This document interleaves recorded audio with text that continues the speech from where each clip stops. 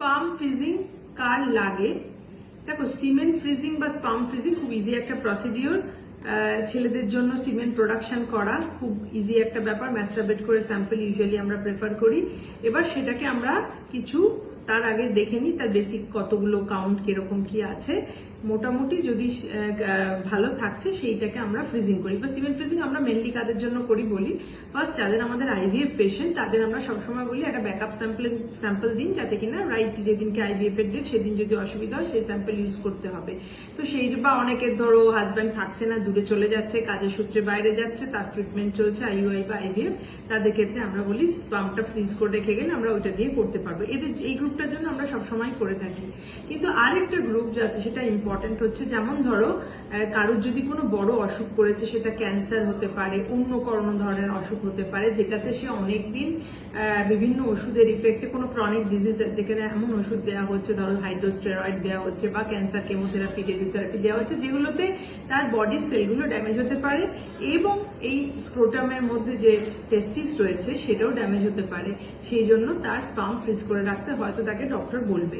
তো এই গ্রুপের জন্য এটাকে আমরা বলি অঙ্কোফার্টিলিটি, যাদের ট্রিটমেন্ট চলছে। কিন্তু শুধু আমি এখানে শুধুমাত্র ক্যান্সার বলছি না, ক্যান্সার ছাড়াও অনেক ডিজিজ আছে যাতে এমন কিছু ওষুধ ইউজ করা হয় তাতে কিন্তু স্পাম ড্যামেজ হতে পারে। তো এই গ্রুপের জন্য আমি বলবো যে অবশ্যই যখন আপনাকে তো বলছে এবং করতে হবে, এটা রাখার সুবিধা এই যে পরবর্তীকালে যদি তার ধরো আবার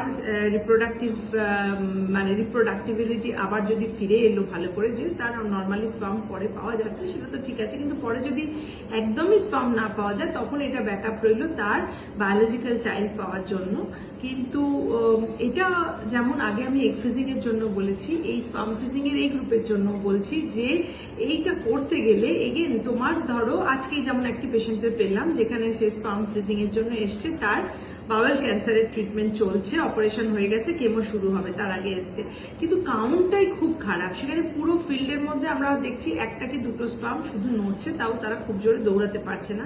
তো এই ধরনের কাউন্টে কিন্তু আমরা ফ্রিজিং করলেও তাকে সেই গুড আউটকাম দিতে পারি না।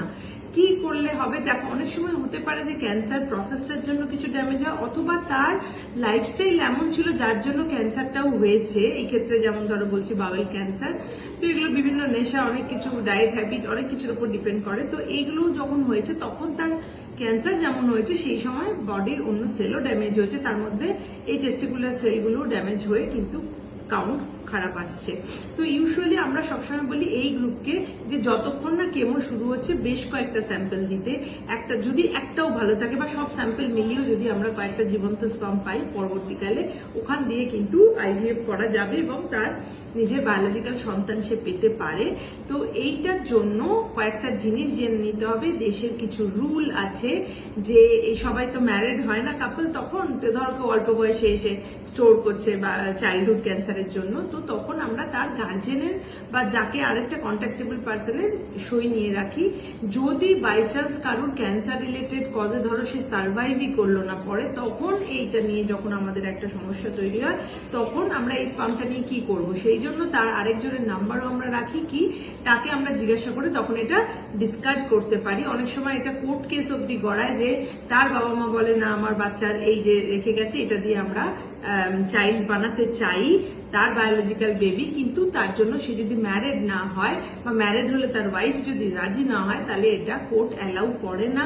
আবার বলে রাখছি এগুলো ভীষণ একটা এআরটি রুল বলে দেশে একটা ল আছে, 2021 সাল থেকে সেটা বলবৎ আছে। এখানে কিন্তু অনেক রুল আছে, সেখানে সিঙ্গেল মেলের জন্য কিন্তু প্রেগনেন্সি বানানো মানে সারোগেসি করা সেইটা কিন্তু অ্যালাউড না। তো এইভাবে যারা রাখছেন স্যাম্পল তাদের এই কথাগুলো মাথায় রাখতে হবে। হয়তো এখন সেটা ভাবার তাদের সময় নেই যা স্যাম্পলটা ফ্রিজ করবে, কিন্তু পরবর্তীকালে এর ইউজ নিয়ে সে যদি নিজে বেঁচে রইলো তাহলে তো কোনো অসুবিধাই নেই। কিন্তু যেগুলি ক্যান্সার পেশেন্ট, অনেক সময় তাদের ক্যান্সার যদি এতটাই খারাপ প্রগনোসিস থাকে যে তারা নিজেরাই বাঁচবে কিনা জানে না, সেই ক্ষেত্রে কিন্তু এটা একটা বড় সমস্যা তৈরি করে। সেই ক্ষেত্রে আমাদের নেক্সট পার্সন যে তার হয়ে সাইন করে তাকে কন্ট্যাক্ট করে এটা জানাতে হয়।